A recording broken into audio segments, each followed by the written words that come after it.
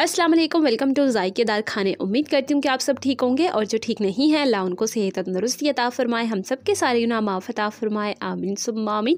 तो आज मैं आपके साथ चावल की पिनियों की बहुत ही मज़ेदार रेसिपी शेयर करने जा रही हूँ। इनको हम चावल के लड्डू भी कहते हैं और ये लड्डू जितने खाने में मज़ेदार होते हैं ना, उतने ही बहुत ज़्यादा हेल्दी भी होते हैं।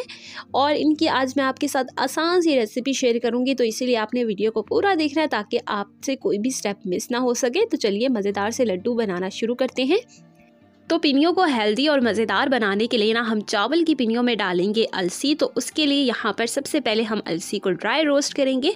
तो अलसी ड्राई रोस्ट करने के लिए यहाँ पर हमें आधा कप चाहिए अलसी, और अलसी को ना हमने हल्की आंच पर ड्राई रोस्ट करना है। ड्राई रोस्ट का मतलब कि इसको बग़ैर ऑयल और बग़ैर घी के हमने रोस्ट करना है हल्की आंच पर।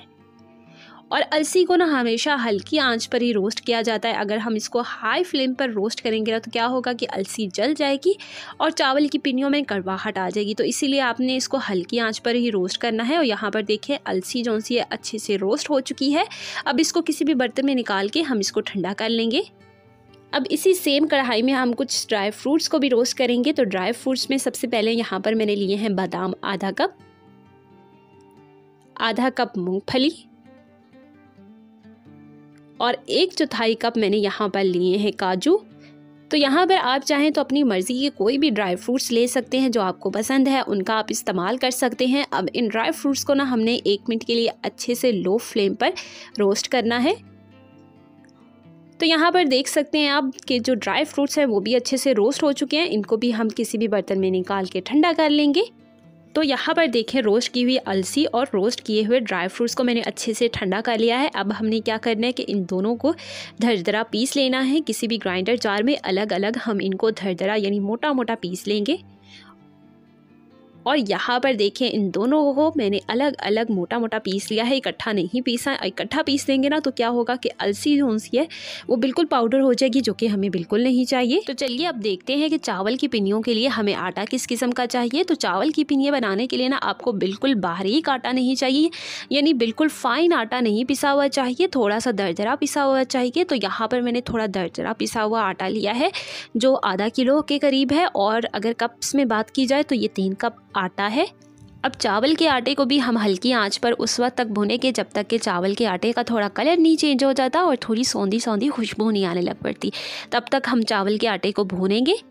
तो अक्सर लोग ना चावल के आटे की भुनाई करते वक्त एक गलती कर देते हैं कि उसमें ना थोड़ा सा घी डाल देते हैं, जिससे क्या होता है कि चावल की जब हम पिनियाँ बनाते हैं ना तो वो बहुत ज़्यादा कड़क बनती है, नरम नहीं बनती। तो ये गलती आपने बिल्कुल नहीं करनी, बिल्कुल इसको ड्राई रोस्ट करना है बग़ैर ऑयल और बग़ैर घी के।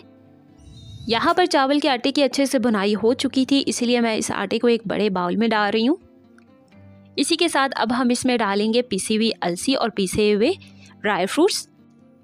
इसी के अंदर अब हम इसमें डालेंगे आधा कप कटा हुआ नारियल, और इस नारियल को भी मैंने ना हल्की आंच पर थोड़ा सा ड्राई रोस्ट कर लिया था अलग से।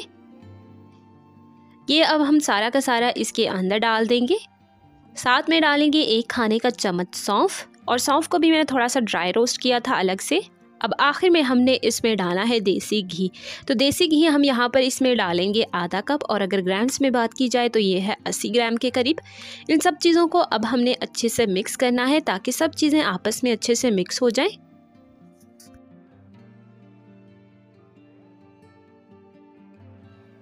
तो अच्छे से मिक्स करने के बाद अब हम गुड़ का एक शीरा तैयार करेंगे, जिसको बाद में हम आटे के अंदर डालेंगे। तो गुड़ का शीरा तैयार करने के लिए यहाँ पर हमें गुड़ चाहिए आधा किलो।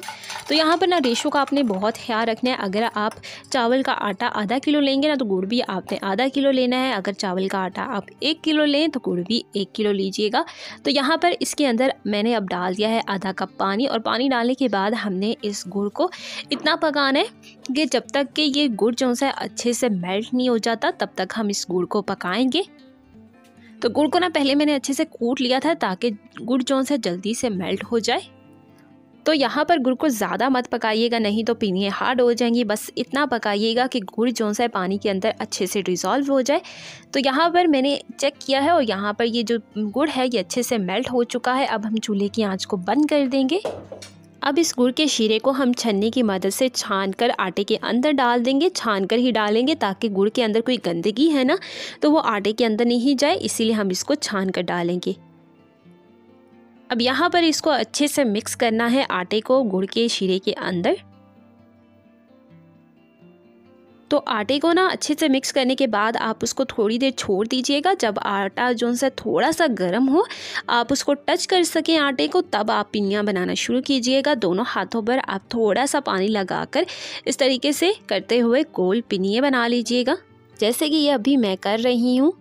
तो इस टाइम पे ना आप सारे घर वालों को अपने साथ मिलाकर ना जल्दी जल्दी चावल की पिनियों के आटे को ना गोल शेप दे दीजिएगा, पिनियों की शेप दे दीजिएगा। अगर आटा ज़रा सा भी ठंडा हो गया ना तो क्या होगा कि आपके जो आटे की पिनियाँ हैं ना वो बिल्कुल नहीं बनेंगी और आटा जोन सा उसी बर्तन में जम जाएगा जिसमें आपने शीरा डाला होगा। तो इसीलिए आपने जल्दी जल्दी से इसकी पिनियाँ बना लेनी है। और आटा थोड़ा गर्म होगा ना तभी आपकी पिनियाँ बनेगी, ठंडा हो जाएगा तो बिल्कुल नहीं बनेगी। तो यहाँ पर देखिए सारे आटे को मैंने शेप दे दिया और ये मज़ेदार पिनियाँ जो सी बनकर बिल्कुल रेडी हो चुकी हैं। उम्मीद करती हूँ कि आज आपको ये रेसिपी अच्छी लगी होगी, और अगर अच्छी लगे तो प्लीज़ चैनल को सब्सक्राइब कर दीजिएगा, वीडियो को लाइक और वीडियो को ज़्यादा से ज़्यादा शेयर करना भी मत भूलिएगा। तो मिलते हैं किसी अगली मज़ेदार सी वीडियो में, तब तक अल्लाह हाफिज़।